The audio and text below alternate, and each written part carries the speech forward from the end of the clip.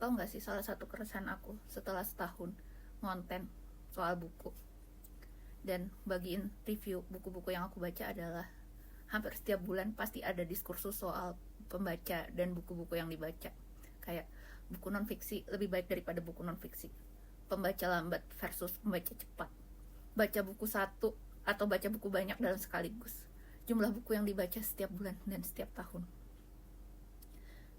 dan yang lain-lainnya. Dan mungkin kalian juga tahu soal ini kalau misalkan kalian cukup chronicle online seperti aku.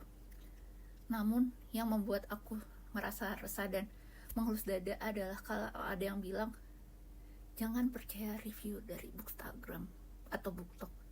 Oh, reviewnya berbayar. Oh, bukunya overrated. Ih, kenapa buku dia dikasih nilai bagus padahal aku gak suka. Pasti kalian, teman-teman aku juga pernah merasa ada komen yang seperti itu gak sih? Atau pernah lihat? Jujur aku merasa kayak tersinggung sebenarnya. Kayak misalnya hobi membaca itu sangat personal gitu. Sama seperti makanan itu juga tergantung selera kita.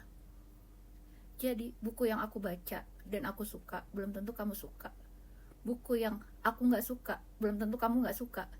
Dan lihat review Bookstagram atau BookTok itu mempengaruhi keputusan kamu untuk membeli buku, bukan untuk di komentari negatif kalau misalkan kamu ngerasa buku itu gak cocok sama selera kamu, kayak gitu. Lagi pula sekarang baca buku itu kan bisa lewat digital ya, maksudnya ada banyak sampel yang beredar dari Google e-book misalnya. Jadi misalnya sebelum kalian membeli buku tersebut, baik misalnya fisik ataupun digitalnya, kalian kan bisa membaca sampelnya dulu, kayak gitu loh. Jadi nggak, menurut aku tuh kayak udah cukup dong menyinggung soal orang baca buku gitu sih.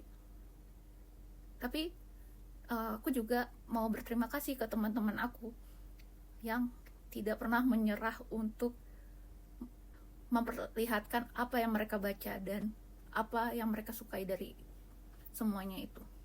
Hidup membaca, guys. Ayo kita membaca,